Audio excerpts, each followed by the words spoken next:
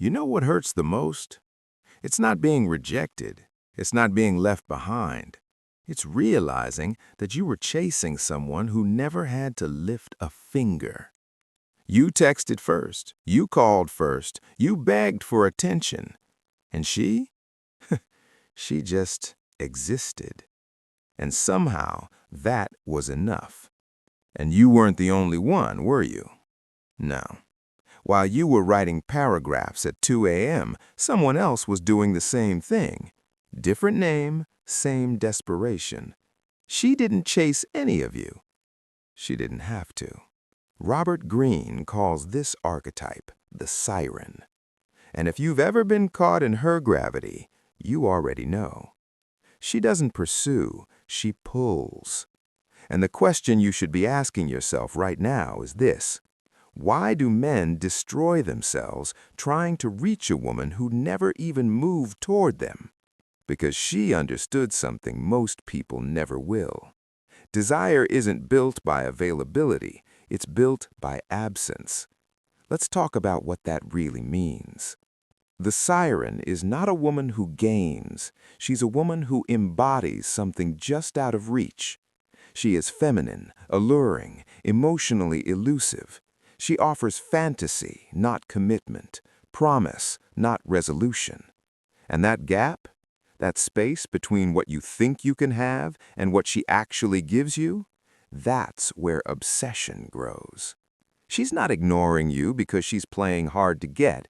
She's ignoring you because you haven't earned her attention yet. And that drives you insane. Because you're used to effort being rewarded. You're used to logic, reciprocity, fairness. But the siren doesn't live in that world. She lives in feeling, in longing, in the ache of almost. Think of the moon. It doesn't chase the tide. It simply exists, and the ocean responds. That's the siren. She is the light you reach for in the dark. And the more you reach, the more you realize you were never supposed to catch her. Here's what's happening beneath the surface. When someone is available, always responsive, always there, your brain stops seeing them as valuable. You don't chase what's already yours. You don't obsess over what's guaranteed. But the siren, she withholds just enough to keep you uncertain. And uncertainty? That's psychological gasoline. You start filling in the gaps. She didn't text back? Maybe she's busy. Maybe she's with someone else. Maybe she's testing you. And now you're not just thinking about her. You're building her in your mind. You're writing her story, imagining her life, crafting meaning from silence. That's not love. That's projection. And it's one of the most powerful forces in human psychology. Greene writes, "The siren is a mirage. She lures through spectacle and distance, and the more a man seeks to get close, the more he is consumed by his own need." She didn't seduce you. You seduced yourself. She was just the mirror. And what happens when someone ignores this rule? When they're too eager, too open, too available? Coldly. They get taken for granted. They get ghosted. They become the safe option, the backup plan, the emotional napkin someone uses and throws away. Because people don't value what they didn't have to work for. Look at Cleopatra, one of history's greatest sirens. She didn't beg Julius Caesar or Mark Antony to love her. She summoned them. She appeared wrapped in a carpet. She arrived on a golden barge, dressed as the goddess Aphrodite. She didn't show up like everyone else. She showed up like a vision. And two of the most powerful men in the world fell to their knees. Because she made them feel something. She awakened the part of them that wanted mystery, that craved beauty, that needed escape from the brutality of war and politics. She gave them a world where logic didn't matter, only desire. So how do you use this? And more importantly, how do you protect yourself when someone uses it on you? First, stop being so damn available. I'm not saying ignore people. I'm not saying play games. I'm saying value your attention. If someone texts you, you don't have to reply in 30 seconds. If someone asks for your time, you don't have to drop everything. Coldly, let there be space. Let them wonder. Let them earn your presence. Because if you're always there, you become furniture, and furniture gets ignored.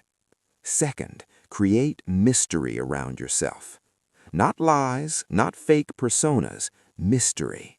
Don't overshare. Don't explain yourself into the ground. Don't post every single thought, every meal, every emotion online. Leave something unknown. Leave something untouched. People are drawn to what they don't fully understand. Think about it. When you meet someone who's a little quiet, a little distant, a little selective with their words, you lean in, you ask more questions, you want to know them. But when someone vomits their entire life story in the first 5 minutes, coldly, you check out because there's nothing left to discover. Now, protection. If you sense someone is using this on you, here's what you do. Recognize the pattern.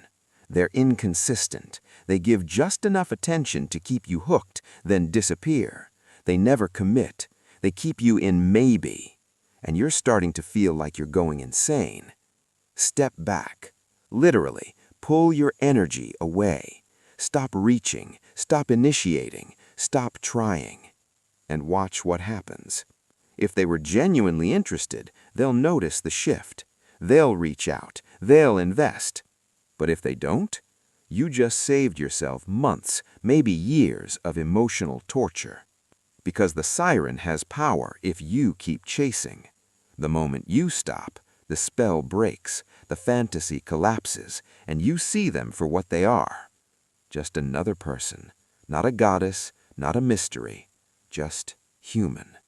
But here's the darker truth. Some of you won't stop.